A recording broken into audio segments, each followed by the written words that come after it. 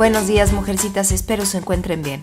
Hoy estaré platicando acerca del perdón y este es un tema que nos compete a todas, por lo que les sugiero que lean Mateo 18 para que tengan una idea mucho más clara de lo que estoy comentando. Pero a grandes rasgos, Jesús explica cómo debemos arreglar las cosas cuando alguien nos ha lastimado y también ilustra descriptivamente por qué es que debemos perdonar siempre. Sin embargo, me gustaría explicar que hay niveles de heridas y tipos de perdón. No es lo mismo perdonar a un desconocido que te tira el café encima que a una agresión de alguien que conoces. Algunas heridas son mucho más profundas y nos duelen más. Generalmente, estas son las de las personas más cercanas a nosotras. Y es justamente este tipo de personas a las que se refiere Pedro cuando pregunta ¿cuántas veces debo perdonar a mi hermano? Y lo que el maestro contesta simplemente no da cabida a no perdonar. Como cristianas debemos perdonar siempre. El problema es que muchas veces no reconocemos lo que nosotras hicimos y solo vemos lo que nos hicieron. Se interpone el orgullo y nomás no cedemos. Otras veces, en cambio, queremos perdonar, pero no tenemos ni idea de cómo hacerlo. Y es que todas las relaciones humanas son un poco complicadas. Cuando la condición pecaminosa de una persona choca con la condición pecaminosa de alguien más, ya valió todo. Ahí comienza el desastre. Y entonces caemos en la terrible mentira de la autojustificación y excusamos nuestras acciones. Lo peligroso es que dejamos de lidiar con nuestro propio error y pecado y nos volvemos el juez del pecado ajeno. Es más, les confieso que hubo una rachita en la que mi esposo y yo peleábamos por todo, y cada que lo hacíamos, invariablemente de cuánto tiempo durara, el pleito se dividía en 4 partes. La primera parte del pleito yo lo agredía porque sentía que él me había agredido. La segunda parte yo le seguía agrediendo porque parecía que no se estaba dando cuenta de su terrible agresión. La tercera parte, yo esperaba muy digna una disculpa, y no cualquier disculpa, una sentida en la que reconociera sus agresiones y errores. Y la cuarta parte, la cual duraba lo menos posible, yo le pedía una pseudo disculpa justificando todo lo malo que yo había hecho.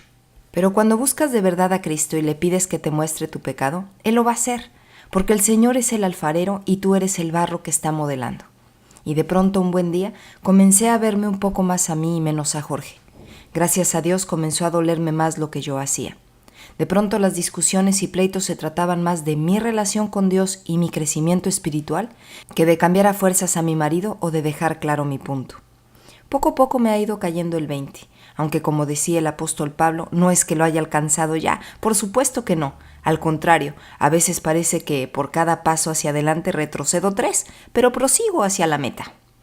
La parábola de los 2 deudores lo deja clarísimo. Si verdaderamente comprendes todo lo que Dios te ha perdonado, ¿cómo puedes no perdonar y dejar ir la ofensa? Es más, Jesús nos pone el ejemplo cuando lo están crucificando y sus asesinos se burlan de él, que era completamente inocente. Cristo le pidió al Padre que no les tomara en cuenta su pecado porque no sabían lo que hacían. Entonces, si tú y yo nos seguimos aferrando a nuestro orgullo y peleando nuestro derecho, es porque definitivamente no nos ha caído el 20. La realidad es que rara vez nos hieren sin que tengamos algo que ver en el asunto. La mayor parte de las veces uno mismo es parte del problema. Sentimos que no merecemos que se nos trate de X manera y no lo dejamos pasar tan fácil. Y de pronto no sabemos ni cómo, pero el resentimiento controla nuestra vida y escuchamos las frases: si fulanito va a tal lado, yo no voy. O si voy, que ni crea que lo voy a saludar. Y es que nunca perdonaré lo que me hizo. Conscientemente decidimos no perdonar y lo justificamos ante los demás y ante nosotras mismas. Pero según lo que Jesús enseña, nunca hay justificación para no hacerlo. Pero, ¿qué podemos hacer cuando la herida no es un pleitecito cotidiano y caprichoso? Cuando es algo que te hirió directito al corazón y genuinamente quieres perdonar a la persona, pero sientes que no puedes. Bueno, primero que nada, debes saber que el perdón es una decisión y con la ayuda de Cristo eres capaz de perdonarlo todo. Pero tú decides si perdonas o le das cabida al resentimiento.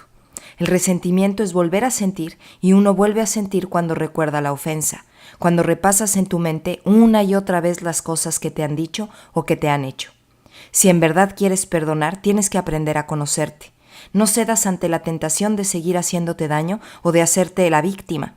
Ven a los pies de Cristo y dile audiblemente: Señor, ayúdame a perdonar a fulanito de la misma manera en la que tú me has perdonado a mí. Que tu Espíritu Santo me ayude a verlo con la misma gracia y amor con la que tú me ves. Inmediatamente después, distráete, no cedas, ponte a hacer algo que ocupe tu mente. Sirve a otros, recuérdate a ti misma las bendiciones que Dios te ha dado. Deja de quejarte por lo que pasó y enfócate en las múltiples misericordias de Cristo. También te recomiendo que hagas una lista con todas las virtudes que tiene la persona que te lastimó y la leas en esos momentos.